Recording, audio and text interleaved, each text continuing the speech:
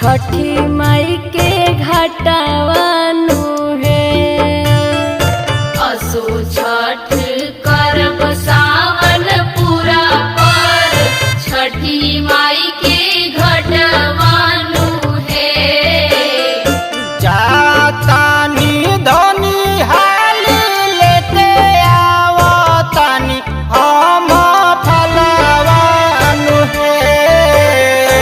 एक साथे दिहल जाई सूरज देव के भोरे भोरे जलवानु है।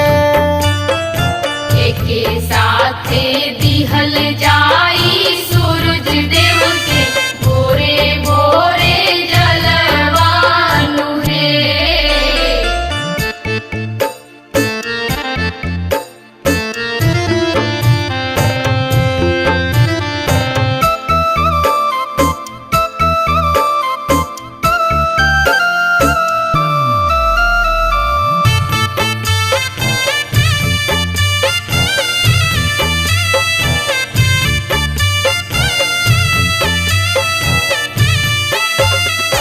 पखनपुर के टोली पिया चली दिहले बड़ुए। पकड़िया तखावाले खरा सब बरुए।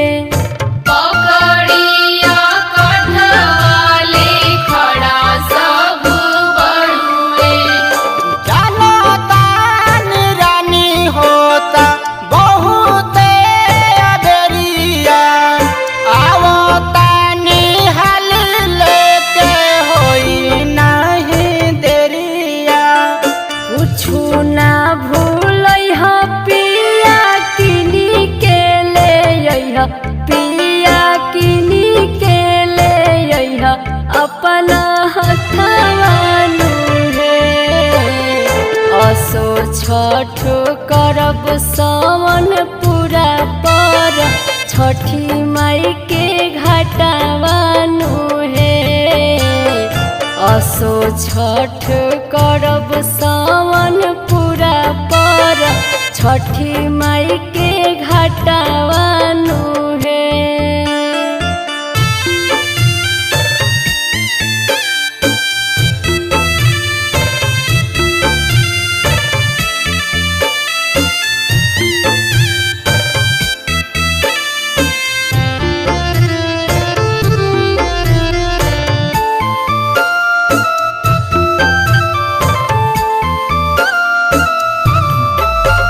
सिकरिया पड़सिया से उखिया ले अइहा। हरिओम सैया कोहारा से दिया ना भूलैहा।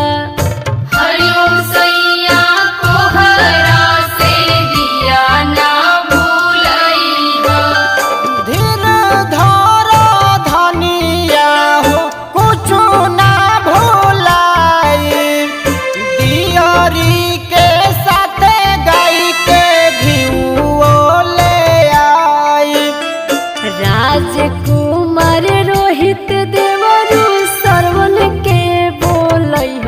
ए जी रोहित के बोलैह अर्घ देवे खाती है। असो छठ करब सावन पूरा पर छठी माई के घाटावानु है। असो छठ करब सावन पूरा पर छठी माई के घाटावा